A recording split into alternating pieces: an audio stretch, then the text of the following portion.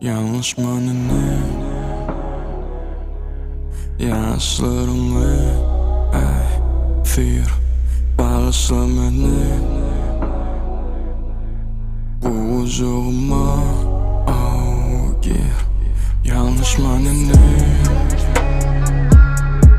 Yaşlarımı Fyr bağışla beni.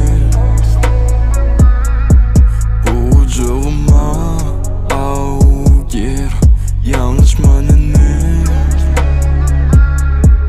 Yaşlarımı Fyr bağışla beni. Bu ucuma gir. Yanlış mı ne? Gözümdeki yaşın fyrini yanlış mı dedim. Gözümü tanıyım geleceğimde göründüm beni. Dezilden söyünde seni yığırşın özü bir alem. Sen cennetin kapısı yalı Kavutlaşmasın sarın günlerle. Seni sırıtıp gizledim yani sırımız açılı bari. Sen yüreğimi kulpunu bukladım zındım. Sen yüreğimdeki etmeyecek iki ait. Yanlış mı düşündüm? Ben ghostum aynı. Yanlış mı ne?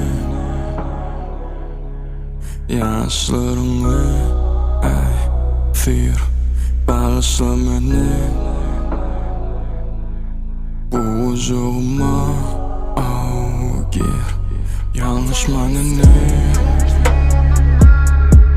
Yaşlarımı Fyr bağışla beni.